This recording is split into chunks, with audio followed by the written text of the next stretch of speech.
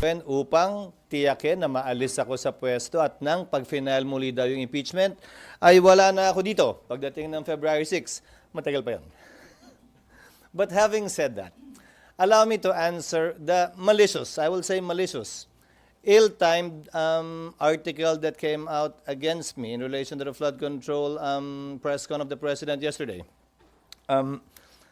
Number one, ang sinabi ng Pangulo kahapon, mga completed flood control projects mula 2018 na nakakahalaga ng humigit kumulang 550 billion pesos. Sinabi niya, wala siyang aligasyon, pero 15 kontratista ang nakakuha ng ganong kalaking pondo. Ang lumabas na artikulo, kinikilala ko, kaibigan ko, kababayan ko, tiga Sorsogon, contractor siya, pero ang nakuha niya ay 5.4 billion di umano. Wala pang 1% ng kabuuang pondo na sinasabi ng Pangulo sa flood control. Ang tanong ko, bakit pinagtuunan ng pansin yon? Yung 1% pa talaga, hindi yung 99%? Bakit pinagtuunan ng pansin, hindi yung mga mambabatas marahil o opisyal ng gobyerno na kontraktor? Hindi naman ako kontraktor.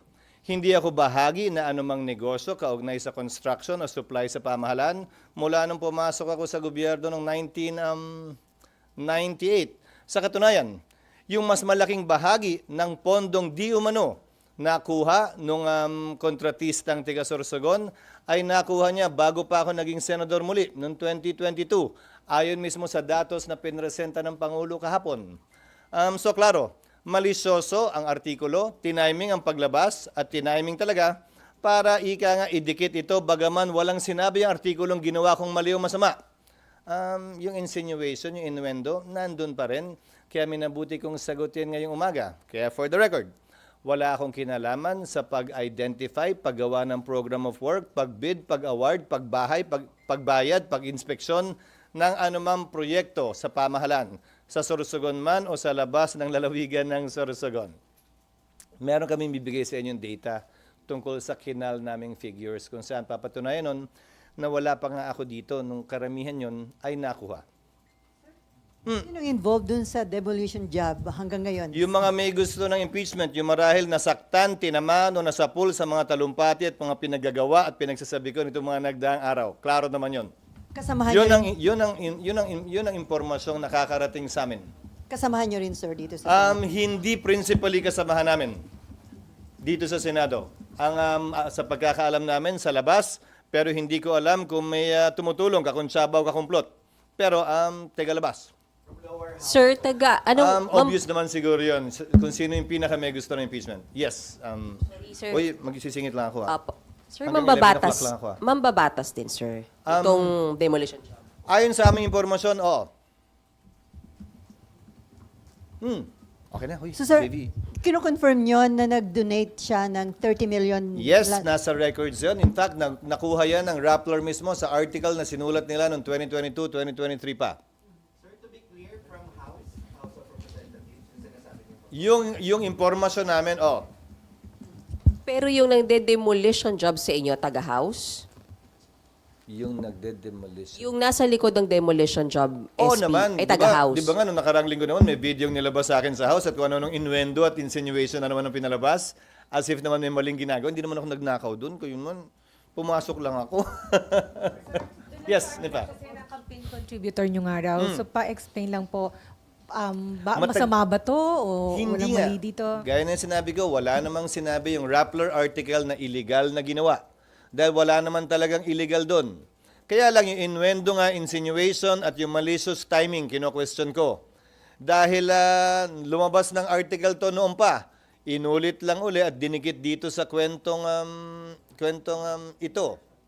Ang kwentong ito na insertion, na sabi ko, ang pinakamalaking ang nakuhang pondo, ayon mismo sa paglalahad ng Pangulo kahapon, ay nung niwala ako dito sa Senado, ako'y gobernador sa aming lalawigan. Sir, Pero kung sir, magkaroon nung ng senador- Senate investigation, Ha? kung magkaroon ng Senate investigation, kahit naging campaign donor nyo yon, hindi yon makakaasa na magiging fair pa rin kayo Sa sa... 27 taon ko sa Kongreso, sa gobyerno at sa Senado, ang mali palagi sa akin ay mali at ang tama ay tama. Kaibigan man, kakilala o hindi, pantay ang aking magiging pagtrato. Yes. tinulungan niyo ba ito? May tinawagan kayo para makakuha sila ng mga kontrata, mga ganyan? Gaya ng sinabi ko, hindi, wala at niwala sa artikulo yon. Yan na naman yung innuendo at insinuation na palaging dinidikit at sinasabi porkit nag-contribute o nagbigay. Matagal ko ng kaibigan at kakilala siya at tumutulong talaga sa amin. Mula't mula pa, nung hindi pa iso to. At tubong Sorsogon talaga siya. SP, sorry. Pero nakakuha siya ng kontrata nung senador na po kayo at ulitin ko lang, at may any help ba siyang Yung nakuha? mas malaking nakuha niya ay nung wala ako dito. Sen, So, may- wala ako dito nun. Bibigyan Pero- namin yung figure sa inyo. Pero nung senador na kayo, SP, nakakuha pa siya ng kontrata po? Hindi ko alam dahil hindi naman niya ako partner sa negosyo. Hindi ako bahagi ng kanya negosyo. Again, that's the innuendo and the insinuation being floated and propagated. Bakit natin hindi tingnan? Sino ba yung mga mambabatas at opisyal na gobyerno na aktual na kontraktor, aktual na may-ari nung mga kumpanya na nakakuha ng kontrata sa gobyerno? Kaya nga naghain kami ng panukalang batas, hindi ba ng bill, na sinasabing bawal na up to the 4th civil degree. Kasi usually pag nagiging gobyerno, nagiging opisyal ng gobyerno, appointed o elected, binibigay sa anak, binibigay sa asawa. 4th civil degree is beyond the first cousin. So second cousin na kung gusto niyang ipasa pa kung pagkakatiwalaan niya. Isa na lang, SP. For the record, lahat nung nakuha niya nung time na senador na kayo, wala kayong tinulong sa kanya? Wala at hindi ko alam nga kung ano man yun. Dahil hindi ako bahagi ng kanyang kumpanya at wala akong pakialam sa kanyang negosyo.